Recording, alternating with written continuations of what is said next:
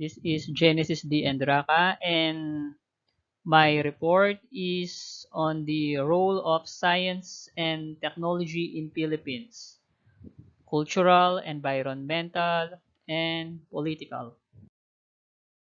The content of this report will focus on the history or the cultural of science and technology in our country, environmental, which will focus on the science and technology in fields, and also political, our science and technology and innovation policy.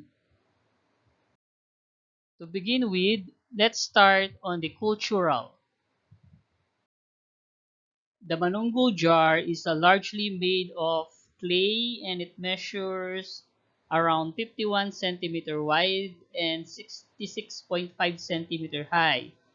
Its embossed curved design, especially those at the upper portion of the jar, were painted in pure hematite and iron. There are two human images riding a boat located on the top of the jar's cover. The first human image holding an oar with a missing blade. It is situated at the back area. It seems to be steering the oar rather paddling the boat. This jar explicit that our ancestors have the scientific knowledge in pottery. The Banawe rice terraces is an outstanding example of an evolved living cultural landscape that can be traced as far back as 2 millennia ago in the pre-colonial Philippines. The terraces are located in the remote areas of the Philippine Cordillera mountain range of the northern island of Luzon. While the historic terraces cover an extensive area, the inscribed property consists of 5 clusters of most intact impressive terraces located in 4 municipalities. They are all the product of science and technology of the Ifugao ethnic group that occupied these mountains for thousands of years. Our ancestors have also the knowledge in metallurgy. The Laguna copperplate inscription is an official document, more precisely an acquaintance inscribed in AD 900. It is the earliest known calendar dated document used within the Philippine Islands. Truly, our culture is rich in science and technology. Like here, we have Baybayin or Alibata, is a pre-Hispanic Philippine writing system that originated from the Javanese script called Kawi. The writing system is a member of the Brahmic family, and it is believed to be used in early as the 14th century. It continued to be used during the Spanish colonization of the Philippines up until to the late 19th century. The term baybayin literally means spelling. And now, let's proceed to environmental role of science and technology in the Philippines, which I merely focus on our Filipino scientists. Number one from my list, we have Dr. Fe Del Mundo, is credited with the studies that led to the invention of an improved incubator and a device that treat jaundice.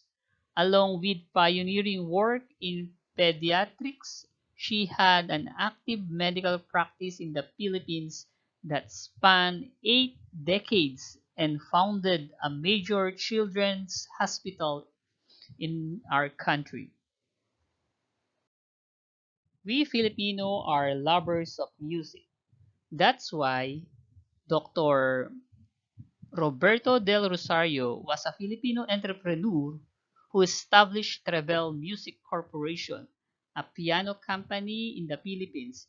He was the patent holder of the sing-along system, a type of karaoke system he developed in 1975.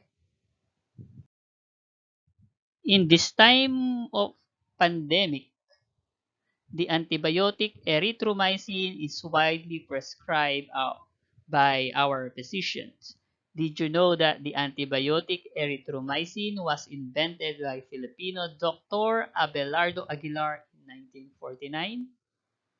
The antibiotic erythromycin was used to treat wide variety of bacterial infections such as respiratory tract infections, middle ear infections, and skin infections. It was created by a Filipino scientist, Abelardo Aguilar, and has earned American drug giant Eli Lilly billions of dollars. Neither Aguilar nor the Philippine government received royalties. So sad. As of today, fuel prices are high, but in 1996, Rudy Lantano Sr., a scientist from our country, won the World Intellectual Property Organization gold medal for developing a super bunker Formula L, a revolutionary fuel half composed of water. The mix burns faster and emits pollutants 95% less than those released to the air by traditional fuel products. Hmm, I wonder, nasan na kaya ito?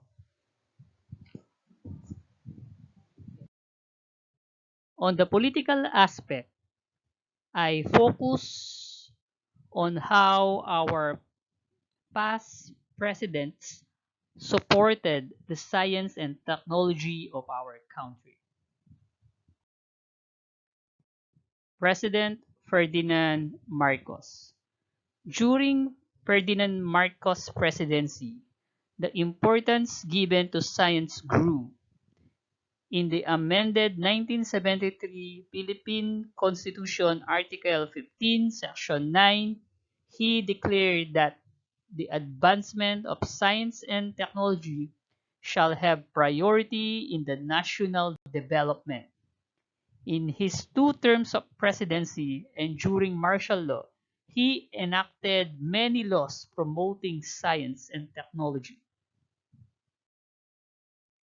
In his second State of the Nation address on January 23, 1967, he declared that science was necessary for the development programs and thus directed the Department of Education to revitalize the science courses in public high schools.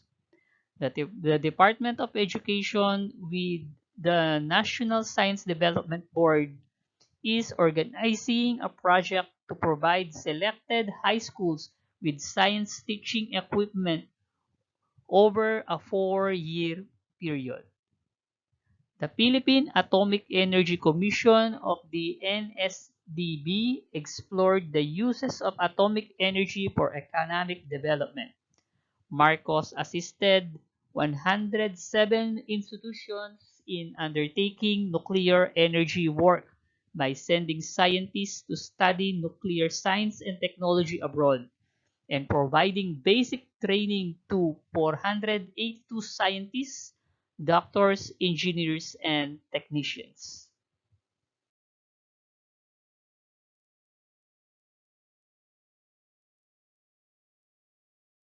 President Corazon Aquino. In 1986, during Corazon Aquino's presidency, the National Science and Technology Authority was replaced by the Department of Science and Technology, giving science and technology a representation in the cabinet. Under the medium-term Philippine Development Plan for the years 1987 and 1992, science and technology's role in the economic recovery and sustained economic growth was highlighted. During Corazon Aquino's State of the Nation's address in 1990, she said that science and technology development shall be one of the top three priorities of the government toward an economic recovery.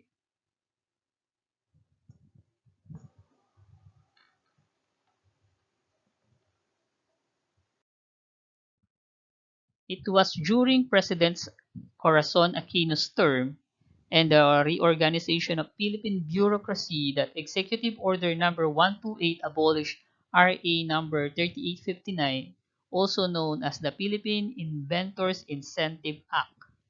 This Philippine Inventors Commission was under the Science Development Board. It gave assistance to Filipino inventors through giving financial aid, patent application assistance, legal assistance, and to help inventors market their products domestically and abroad. Republic Act 6655 or the Free Public Secondary Education Act of 1988 opened doors for free education up to secondary level implemented in the education system together with this was the Science for the Masses program, which aimed at scientific and technological literacy among Filipinos. President Fidel Ramos. Fidel V. Ramos believes that science and technology was one of the means wherein Philippines should attain the status of new industrialized country. During his term, he was able to establish programs that were significant to the field of science and technology. During his term, he was able to enact laws that were significant for science and technology. Number one, Magna Carta for Science and Technology Personnel. Number two, we have Science and Technology Scholarship Law of 1994. And number three, Inventors and Inventions Incentives Act.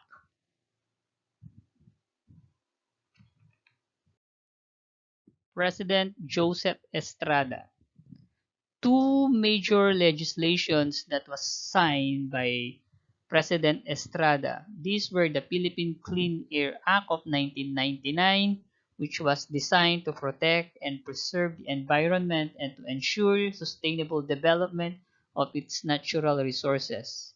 And also the Electronic Commerce Act of 2000, which outlaws computer hacking and provides opportunities for new businesses emerging from internet-driven new economy. President Estrada launched a full-scale program based on cost-effective irrigation technologies. He also announced that DOE layouts are out, which meant basic healthcare, basic nutrition, and useful education for those who want but cannot afford it. Lastly, he said that they would speed up program to establish one science high school in every province. President Gloria Macapagal Arroyo. In the Gloria Macapagal Arroyo administration, the science and technology sector of the Philippines was dubbed as the golden age of science and technology. Numerous laws and projects that concerns both environment and science to push technology as a tool to increase our country's economic level. One of the more known laws to be passed by her administration was the RA 9367 or the Biofuels Act. This act promotes the development and usage of biofuels throughout the country. This potentially enables a cheaper alternative to gasoline as a medium of producing energy. In an effort to improve the efficiency of both land and water, the government imposes Republic Act 10-6001, which improves the agriculture and fisheries sector throughout mechanization. This Republic Act covers research and development and also extension, promotion, distribution, supply, assembling and manufacturing, regulation, use, operation, maintenance, and project implementation of agricultural and fisheries machineries and equipment. And that ends of my report in the role of science and technology in our society. This is Genesis D. and Draka. Thank you and keep safe.